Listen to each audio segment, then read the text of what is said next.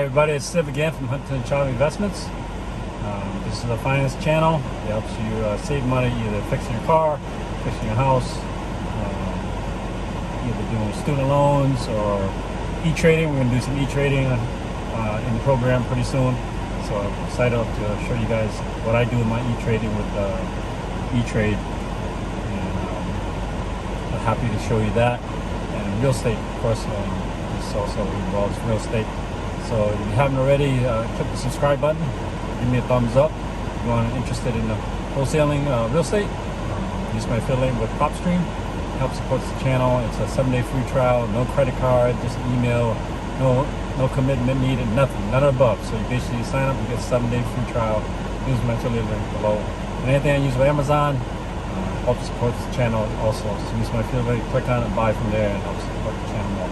All right, let's go on to our main problem today. Today's show, let's look at the car. So again, it's my wife's car. This is a 2007 Honda CR-V. It's the EX model. It's got the moonroof, navigation, and leather seats. So it's got all the above. It's 2007. It's got 100. Let me show you that. No, it's not 100. It's more like 217. Yeah. Anyway, 217 odometer. So I had the air conditioning done before.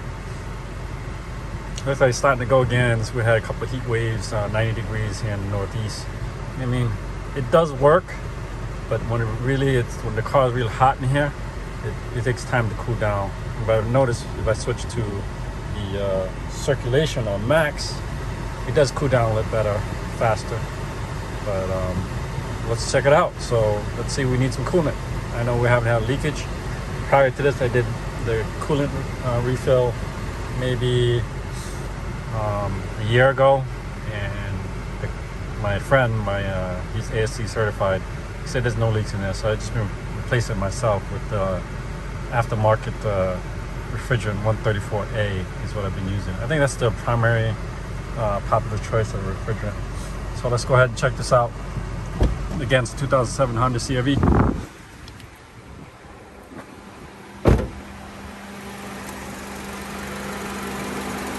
So what you're gonna do is you're gonna check the pressure, how much pressure is in the coolant. You don't know how much is left in the coolant. You need to refill. You want to refill from the lower pressure right here. This is L on it, just to make sure. I think on most cars they're all the same. So L for lower pressure. We're gonna unscrew that cap.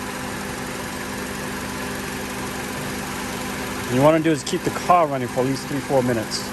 And there's the cap. And there's the valve. So it looks almost like a bicycle valve stem or a car tire valve stem. So I bought this thing from someplace, AC Pro. So this is a nice refrigerant coolant. It says maximizes air, leaks, sealers. Because most of the air conditioning has sealers in them. So checks its externals, and it's R134A, as I mentioned. The neat thing is when I went there, there's a couple choices when you go there. You can get the old short stout can. It doesn't come with the hose, so I don't know how would you attach the hose unless you had one of these, then you'll be able to use it. Otherwise, I didn't see how you would do that. It ranges from anywhere from $10 to 20, and this is a little higher end model. This is about $35, I want to say, and supposedly it comes with the odometer. Tells you low if you need it, and that's great if you're in the green. Too much pressure is actually bad for the air conditioning because it is aluminum pipe, so you can actually burst that. Don't do that. So let's see how much pressure is in there. It'll give me a good reading. We'll turn it on. We'll pull the battery for this thing here. I know you can see that the battery strip, so I can actually turn it on. Let's see here.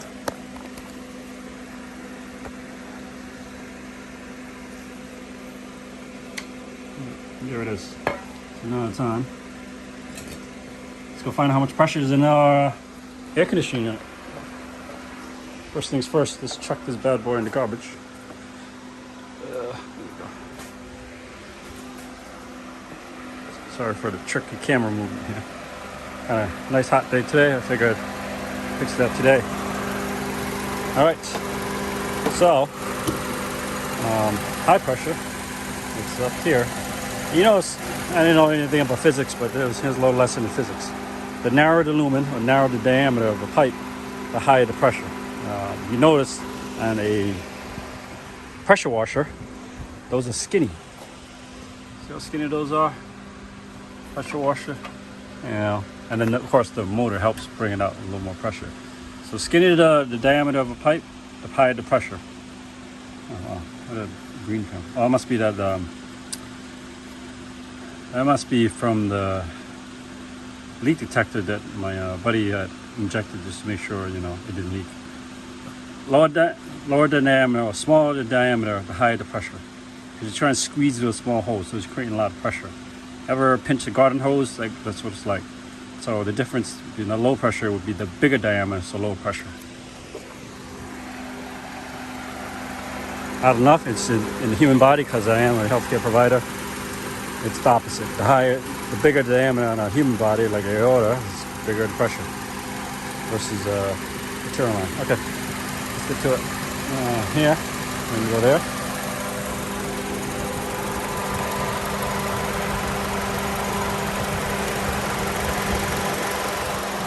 That's not gonna work. It's all shaky. Let's find a good spot for my buddy here to sit. This is the Manfrotto mini handheld camera. So if you guys are interested, use my affiliate link down below. It's actually here. It's locked in.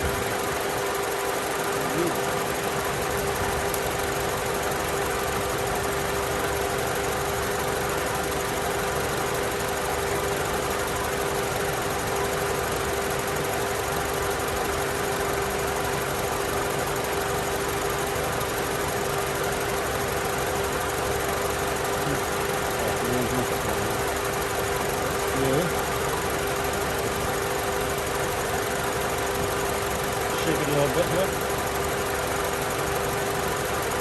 So now it's told to keep the 12 o'clock position, and then once in a while it's up to the 3 o'clock position, so horizontal. So up, and then you're basically trying to get the coolant into the system.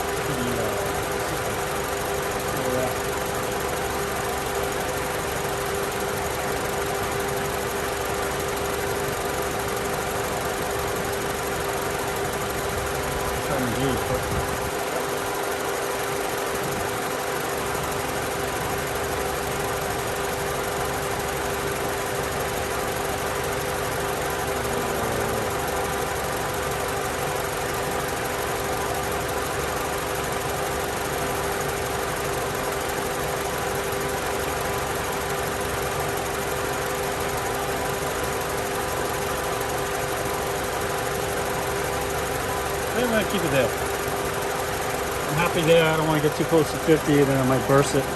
So I'm at 38, 39. So it wasn't that low, I guess, to begin with. That's it. Pretty easy. What's that? 5, 10 minutes? 12 minutes? Most of me explaining things. So, all right. Hope you like the channel. Give me a thumbs up. Until next time.